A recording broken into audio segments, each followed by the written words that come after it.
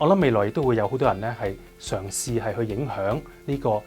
大數據模型去學習嘅方法，或者去獲得信息嘅來源，係希望咧可以透過咁樣咧係影響呢個大數據模型俾出嚟嘅結果。但係暫時嚟講咧，我哋都唔係好肯定咧呢一樣嘢係咪能夠做得到。但係無論如何啦，我哋有一個重點咧，就係話我哋一定要係有自己判別呢個事實嘅一個嘅能力。我亦都相信咧喺嚟緊呢一波 AI 嘅浪潮之下咧，香港係好有條件咧成為提供呢個嘅 AI 定制化方案嘅一個中心。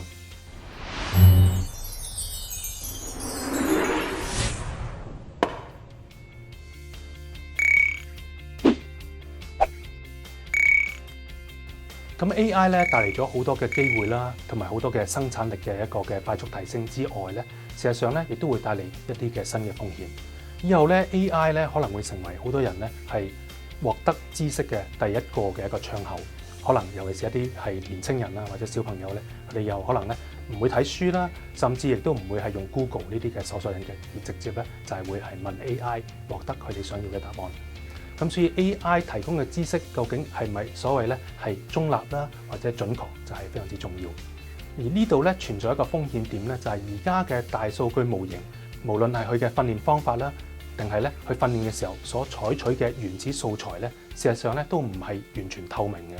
所以我哋唔係好肯定知道咧點解 AI 咧係會俾出佢俾出嘅答案。我哋當然咧係唔可以假定佢俾出嘅答案咧一定係完全客觀、中立同埋真實。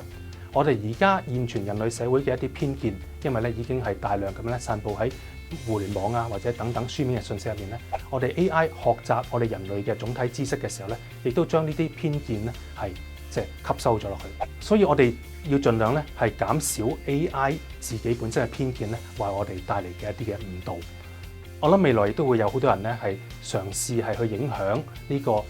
大數據模型去學習嘅方法，或者去獲得信息嘅來源。係希望咧可以透過咁樣咧係影響呢個大數據模型俾出嚟嘅結果。但係暫時嚟講咧，我哋都唔係好肯定咧呢一樣嘢係咪能夠做得到。但係無論如何啦，我哋有一個重點咧，就係話我哋一定要係有自己判別呢個事實嘅一個嘅能力。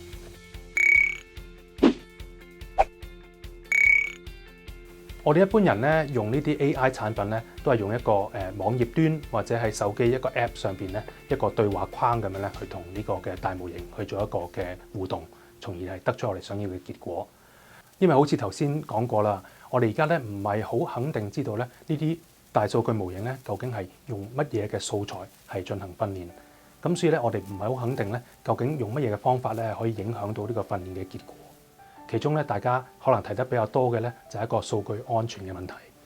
我哋好多時咧，為咗係使用 AI 啦，我哋會將我哋好多嘅個人重要嘅一啲私隱嘅數據啦，或者公司嘅機密數據咧，都會輸入咗去一個大模型入邊咧，希望佢係幫我哋做一個分析，俾我哋一啲建議。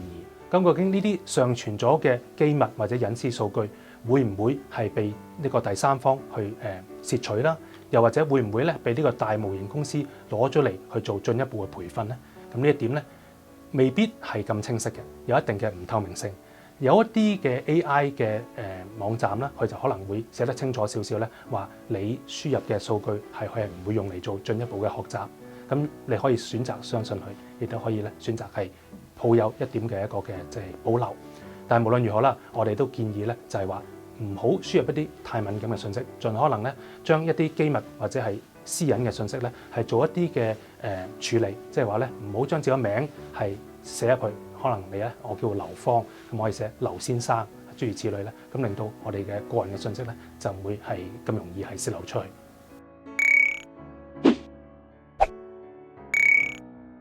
如果我哋真係想影響佢輸出嘅答案嘅話咧，就必須要咧係自己私有化咁樣去部署自己嘅一個嘅大數據模型咧，再進行一個微調。因為我哋而家咧平時一般人用到嘅 DeepSeek 又好啦，或者係 ChatGPT 又好咧，都係一啲一般性嘅模型，佢係為咧普羅大眾大部分人咧係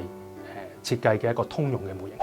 但係如果我哋係想呢個模型咧係熟悉自己嘅行業或者自己領域，甚至咧係熟悉自己公司內部嘅數據嘅話咧，咁就需要咧係同呢個模型咧做一個進一步嘅一個定制化嘅處理。最簡單咧，可能就係用一個 prompt engineering， 即係話一個提示語，即係你問佢問題嘅時候咧，有一啲嘅技巧啦。呢個係最簡單，亦都係即係開發程度最少嘅方法。但係如果我哋想再進一步咧，係增加 AI 嘅效能嘅時候咧，就要考慮更加深度嘅一個嘅介入嘅方法。例如係可以用 API 嘅接口咧，去做一啲嘅自動化嘅一啲嘅操作，係叫電腦咧係自動咁樣咧俾一啲嘅指令咧俾呢個 AI。又或者咧係可以咧將呢個嘅大模型咧連接去我哋自己專屬嘅一個嘅數據庫入邊咧，令到 AI 喺考慮答案嘅時候咧，都會考慮到我哋自己公司內部嘅數據。如果我哋想呢個大模型係更加深度咁樣係去學習到我哋自己信息入邊更加多細緻嘅即係精髓一啲微妙嘅地方咧，咁我哋可能就要對呢個大模型咧進行所謂 fine tuning 嘅工作。但係 fine tuning 咧就係需要嘅專業知識同埋呢個算力嘅資源咧就會比較多。所以自己公司如果想考慮係咪要定製自己嘅大數據模型嘅時候咧，可以考慮咧係擺喺雲端啦，定係擺喺本地去部署，又或者咧係使用一種雲端同埋本地部署相結合嘅混合方法。咁咧呢個係各有優點同埋缺點啦。一般嚟講，擺喺雲端嘅話，可能咧成本就會低啲啦，但係咧可能嗰個嘅計算嘅速度亦都會有少少嘅延時。本地部署嘅話咧，就要自己要有芯片啦，亦都要有專用嘅機房啦，亦都有自己嘅維護嘅技術團隊啦。咁呢方面嘅資源嘅需求咧就會比較大少少。當然啦，喺設計自己嘅 AI 定製嘅架構嘅時候咧，仲要考慮到例如網絡安全啦，或者本地嘅政策法規呢啲因素。咁事實上呢個咧都係一個非常之有趣嘅課題啦。我喺公司咧亦都喺呢方面有比較多嘅探索。咁所以如果大家有興趣嘅話咧，可以一齊係討論一下呢個問題。我亦都相信咧喺嚟緊呢一波 AI 嘅浪潮之下咧，香港係好有條件咧成為提供呢個嘅 AI 定製化方案嘅一個中心。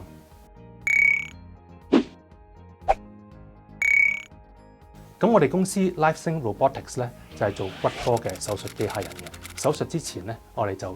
同呢個病人啦做一個 X 光或者 CT 嘅掃描，跟住將呢啲掃描嘅影像數據咧輸入去我哋嘅導航系統，然之後咧就會生成一個嘅手術方案，協助呢個醫生咧將需要做嘅手術器具咧放置入去一個精準嘅身體嘅位置，從而咧就做到一個微創手術嘅效果。咁我哋公司入邊咧都會用到好多 AI 嚟從事我哋日常嘅工作嘅。除咗日常嘅文書處理可以用即係 AI 大數據模型之外咧，編程嘅人員啊都會用大數據模型咧嚟做一啲編程嘅工作。咁係可以咧大幅度咁提升我哋 programmer 去寫 program 嘅效率嘅。同時咧喺我哋機械人嘅研發入面咧，我哋就除咗用呢個大數據模型之外咧，我哋仲會用機器學習嘅方法去處理一啲動作嘅數據。因為咧我哋要監察呢個醫生嘅動作同我哋嘅機械人、機械臂嘅動作，從而咧係可以分析點解佢哋要做呢啲動作啦。而希望最終咧就係我哋機械人咧可以學到醫生做手術嘅手法。我哋而家手術機器人嘅 prototype 咧已經係做咗出嚟啦，已經咧係同緊幾間公立嘅醫院咧係進行緊合作，做一啲臨床嘅測試。